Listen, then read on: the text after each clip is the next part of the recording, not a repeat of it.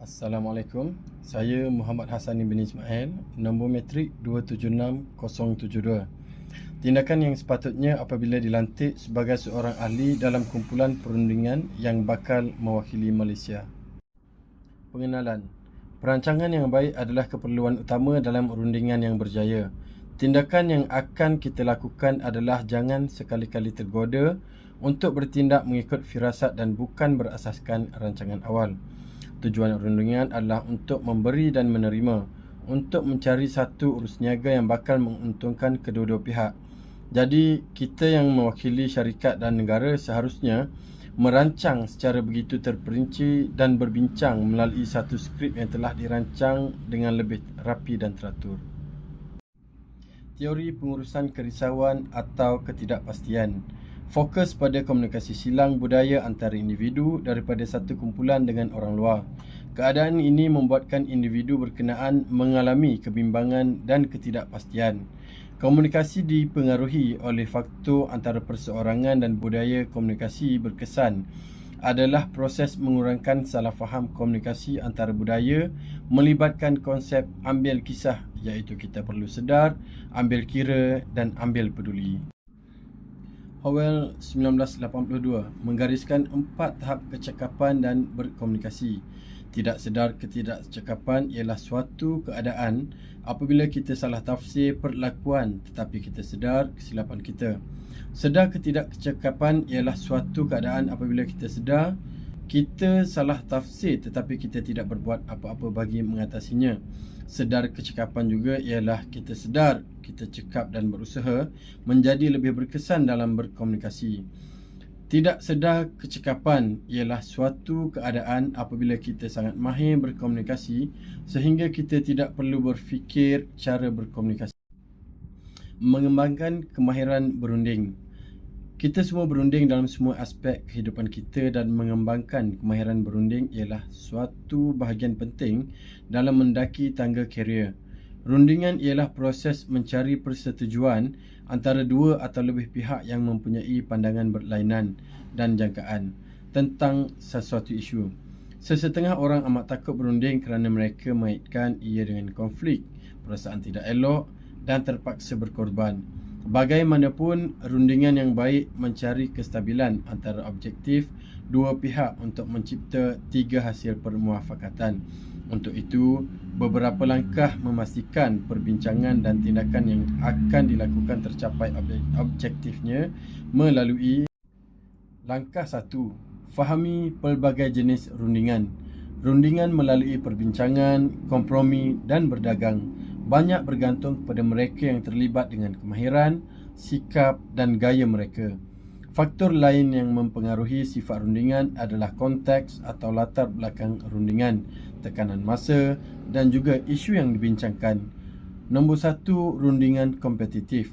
Rundingan kompetitif selalunya mempunyai suasana yang kurang mesra dan setiap pihak secara terang-terangan ingin mendapatkan urus janji yang terbaik untuk mereka. Objektif pihak lagi satu cenderung tidak akan menemui penyamaan. Nombor 2, rundingan kerjasama. Konflik diminimumkan dan idea keseluruhannya adalah untuk mencapai penyelesaian di mana semua orang mendapat manfaat, mencapai hasil yang terbaik, memupuk perhubungan jangka panjang yang diperlukan untuk bekerja bersama dalam tempoh yang lama. Langkah 2, sediakan diri. Mulakan dengan memikirkan objektif-objektif anda dan pastikan ia merupakan objektif yang spesifik, boleh dicapai dan boleh diukur. Pastikan harapan yang realistik dan hasilnya mudah diperoleh.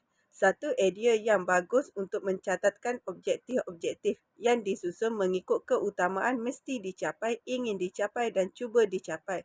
Sebelum perundingan, kumpul sebanyak mungkin maklumat mengenai perkara-perkara yang ingin dibincangkan. Langkah 3, bincang dan terokai option.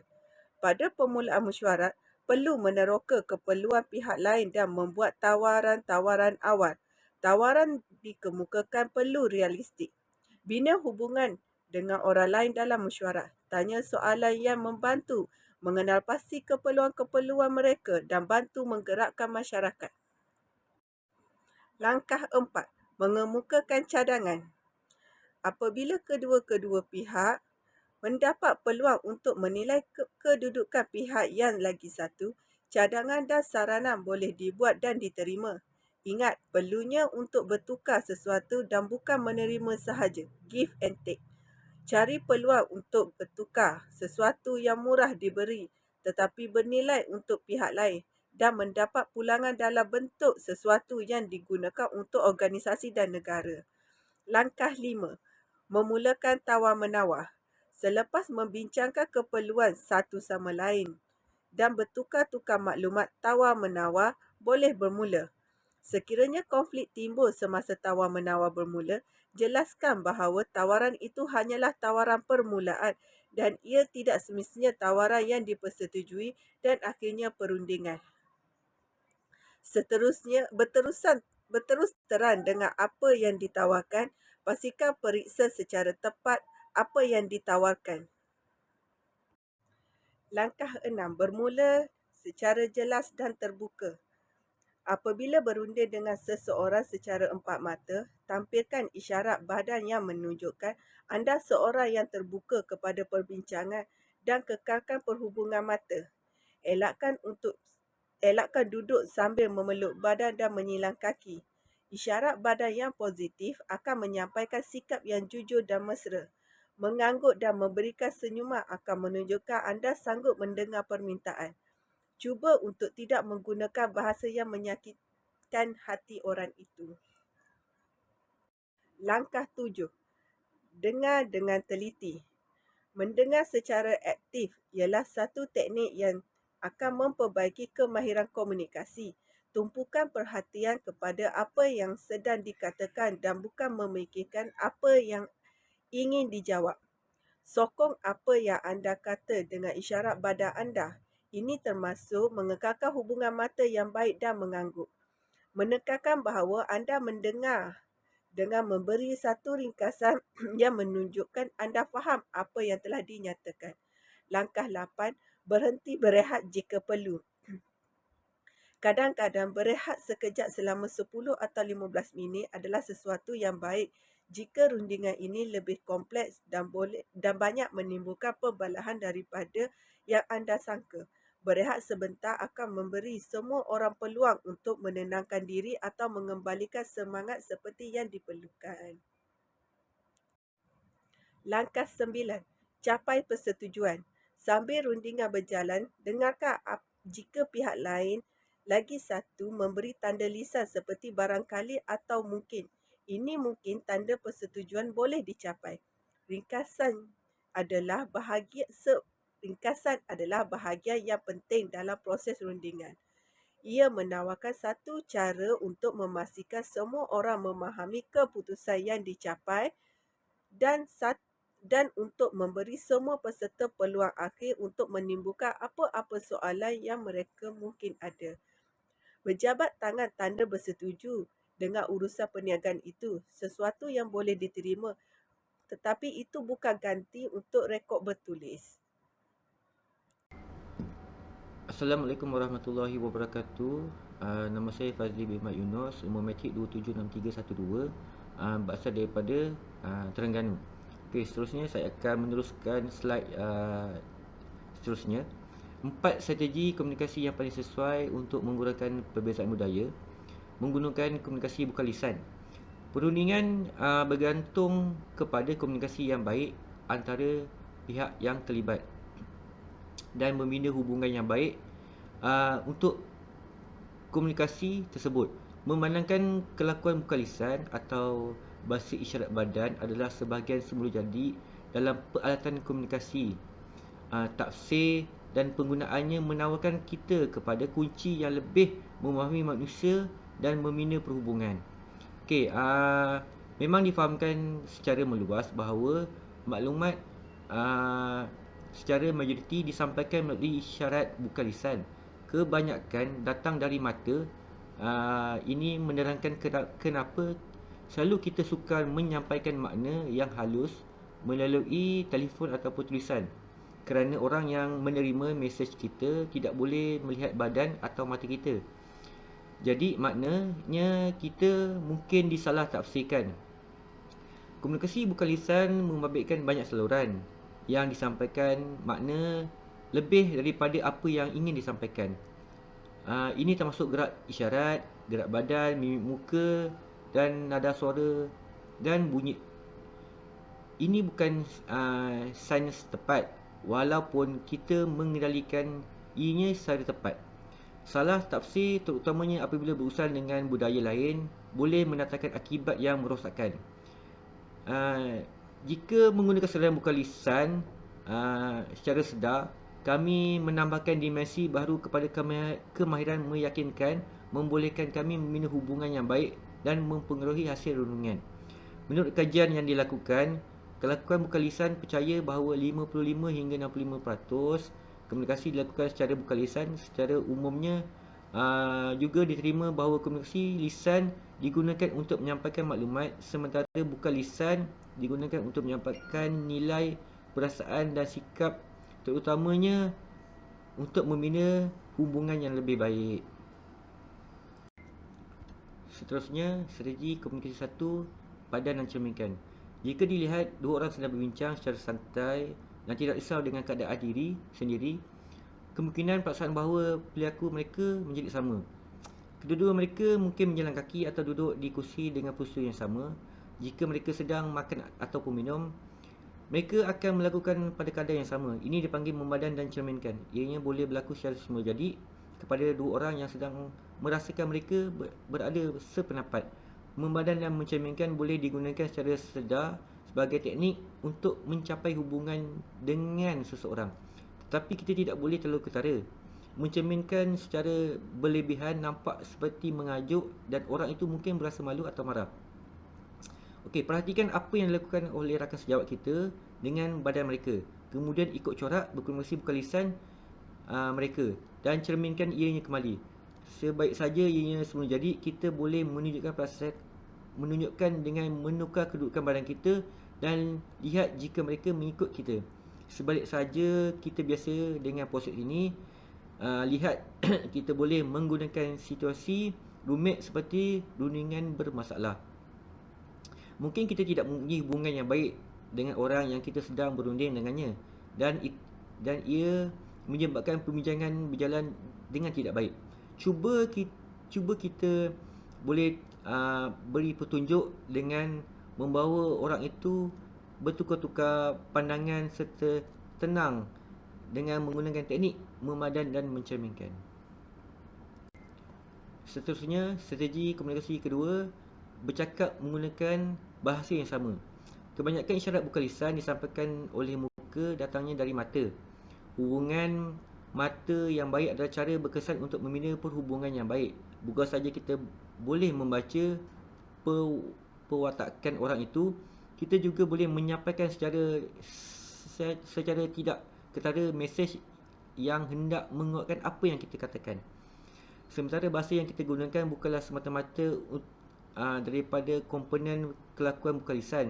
Ini adalah bahagian penting paklatan bahawa sedar dan naluri kita menggunakan komunikasi dengan orang lain. Menurut pengaturan neurologik NLP, sains yang mencungkil dalam fikiran bahawa sedar untuk memperlihatkan apa yang berada di dalam permukaannya. Bahasa boleh menunjukkan bahawa perkara bagaimana seseorang itu melihat dunia, bergantung kepada mana satu daripada 5 deria yang mereka secara sedar mereka disenangi. Orang boleh jatuh di bawah salah satu daripada 5 jenis ketara, iaitu visual, penglihatan, auditory, pendengaran, kinestetis, sentuhan, bau dan rasa. Mencipta hubungan dengan orang lain dengan lebih berkesan dengan menumpukan perhatian apa yang mereka suka secara individu ataupun sensual. Apabila kita bercakap dengan seseorang yang kita tidak berapa kenal, dengar jelas perkataan yang dia pilih. Sebaik saja kita telah mengenal pasti mana satu daripada 5 kategori yang saya terangkan di atas, kita boleh saja menggunakan proses tersebut dengan menggunakan bahasa yang sama. Dengan lain perkataan, apabila kita membina hubungan yang baik dengan seseorang menggunakan bahasa yang sama, secara signifikannya menambahkan kefahaman di antara satu sama lain. Okey, seterusnya, strategi komunikasi yang ketiga, dengar secara aktif. Mendengar secara aktif adalah salah satu kemahiran yang jarang ditemui, tetapi ia sangat efektif dalam membantu kita berkomunikasi dengan orang lain. Ia juga boleh mendedahkan maklumat bernilai, membolehkan kita menjalankan kerja dengan lebih cekap.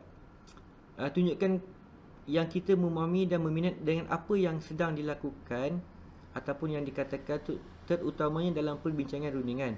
Mendengar secara aktif ini memerlukan hubungan yang baik, mengangguk dengan banyak dan respon seperti memberi isyarat ya, saya faham apa yang kita fikirkan. Ringkaskan apa yang harus diperkatakan untuk menunjukkan kita memahami, dan tanya soalan seperti bolehkah kita memberitahu lebih lanjut tentang tersebut, adakah pendapat kita tentang tersebut. Soalan ini akan menggalakkan komunikasi yang lebih dan menggayakan apa yang sedang kita bercakap ataupun sedang berkomunikasi. Seterusnya, strategi komunikasi keempat, tafsir dalam konteks. Banyak yang telah ditulis mengenai komunikasi bukan lisan, terutamanya tentang bagaimana untuk membaca isyarat badan. Ini akan memberi kita wawasan tentang apa yang sedang terjadi, tetapi diletakkan tafsiran kita dalam konteks. Misalnya, jika seseorang duduk dalam mesyuarat rundingan dengan memeluk tubuh, menunjukkan sikap mempertahankan diri, keberatan atau tidak bersetuju. Tapi ingat juga, orang itu mungkin malu, sejuk ataupun sakit. Berhati-hati apabila menggunakan kesimpulan secara tergesa-gesa tentang perasaan seseorang tanpa mendapatkan maklumat lanjut. Ada risiko tinggi salah faham terhadap bukan lisan apabila kita berpindah di suasana baru atau melawat tempat kerja yang baru yang mempunyai budaya yang berlainan. Pastikan untuk meluangkan masa untuk memahami apa yang terjadi di sekeliling dan catat bagaimana konteks yang berlainan tentang tanggapan. Jika boleh dilihat, kita boleh meminta nasihat daripada seseorang dalam budaya baru bagaimana untuk berkomunikasi ataupun berkongsi sesuatu daripada pengalaman yang mungkin boleh menyediakan jambatan komunikasi yang berguna. Perlu berhati-hati terutama apabila membuat keputusan secara tergesa-gesa tentang bahawa isyarat badan seseorang apabila menjalankan rundingan antarabangsa. Okey, kesimpulan secara keseluruhan, satu konteks komunikasi yang terkini iaitu komunikasi antara budaya. Tumpuan komunikasi antara budaya didapati penting pada masa kini kerana perkembangan bidang komunikasi ini telah mengembangkan hubungan antara orang dari pelbagai budaya dalam konteks kerja ataupun peribadi. Oleh itu, kefahaman tentang teori pengurusan kerisauan dan teori perlindungan air mata melihat bagaimana komunikasi berlaku dalam satu konteks yang berbeza. Beberapa konsep utama sudah dihuraikan mengikut teori, malah pemahaman awal berkenaan budaya sudah dibincangkan dengan membezakan budaya berdasarkan ciri-ciri, sikap, bagaimana jarak kuasa, peranan mengikut jantina, toleransi pada kekaburan dan sikap individu tersebut. Budaya dikategorikan sebagai konteks yang tinggi dan konteks yang rendah. Teori pengurusan kerisauan atau ketidakpastian melihat bagaimana keberkesanan komunikasi dapat ditingkatkan dengan melihat langkah-langkah seseorang menguruskan komunikasi dengan orang asing atau orang yang berlainan budaya atau orang yang baru dikenali. Konsep ambil kisah atau prihatin dalam interaksi dengan orang asing dapat meningkatkan kesan komunikasi. Konsep komunikasi berkesan ditingkatkan dengan setakat mana seseorang itu cuba mengatasi kerisauan dan ketidakpastian apabila berjumpa dengan orang yang tidak kenali. Terdapat 3 faktor dorongan, pengetahuan dan kemahiran yang menentukan kerisauan dan ketidakpastian dalam komunikasi. Gabungkan 3 faktor tersebut dengan kerisauan dan ketidakpastian menghasilkan akronim yang menyatakan bagaimana ketiga-tiga faktor berkait. Secara keseluruhan, teori memberikan gambaran usaha seseorang bagi menghasilkan komunikasi berkesan sekali bertemu dengan orang asing yang belum dikenali. Kedua, teori perundingan air mata melihat gaya pengurusan konflik dalam konteks komunikasi antara budaya. Konsep penting ialah air muka yang bermaksud imej kendiri ataupun harga diri ataupun maruah. Pengurusan air muka apabila membuat rundingan penting dalam menentukan gaya pengurusan. Kajian mendapati pengurusan air muka berbeza mengikut budaya. Konteks budaya yang tinggi selalunya menggunakan air muka orang lain, manakala konteks rendah mementingkan air muka sendiri. Hasil daripada kepentingan yang diberikan, bagaimana individu melihat kebimbangan air muka dan keperluan air muka ialah 5 gaya menguruskan konflik, iaitu mengelak obligasi, kompromi, dominasi dan integrasi. Mengelak obligasi, kompromi digunakan dalam budaya konteks tinggi, manakala gaya dominasi dan integrasi digunakan dalam konteks yang rendah. Kaedah komunikasi bagi mencapai kepuasan bergantung kepada budaya di mana individu berada. Teori ini membantu kita memahami proses menguruskan konflik dengan orang yang berbeza budaya. Sekian, terima kasih. Wabillahi taufiq wa hidayah. Wassalamualaikum warahmatullahi wabarakatuh.